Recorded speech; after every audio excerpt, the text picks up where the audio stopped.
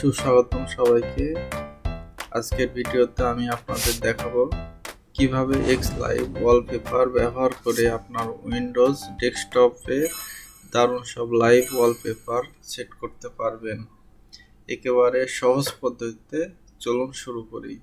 প্রথমে মাইক্রোসফট স্টোরে সার্চ করুন Xlive ওয়ালপেপার এবং এটি ডাউনলোড করে ইনস্টল করুন।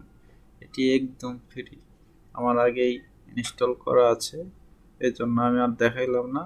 আপনারা ইনস্টল করে নিয়ে তারপরে এই অপশনে যাবেন। একটি ওয়ালপেপার পছন্দ হলে সেটা বাটনে ক্লিক করুন, সঙ্গে সঙ্গে আপনার ডেস্কটপে সেট হয়ে যাবে চমৎকার সেই লাইভ ওয়ালপেপার।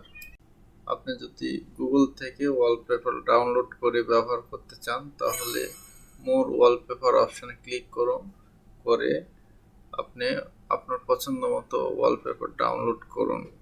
এখন ডাউনলোড ওয়ালপেপারটি ব্যবহার করার জন্য অ্যাড ওয়ালপেপারের অপশনে ক্লিক করে ব্রাউজার থেকে যেটি ডাউনলোড করলাম সেটি সিলেক্ট করে ওকে করলে আমাদের নতুন করে যেগুলো অ্যাড করতে চাই সেগুলো আমরা ব্যবহার করতে পারবো।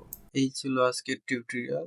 যদি ভিডিওটি ভালো লেগে থাকে তাহলে অবশ্যই লাইক দিন, শেয়ার করুন এবং সাবস্ক্রাইব করতে ভুলবেন না।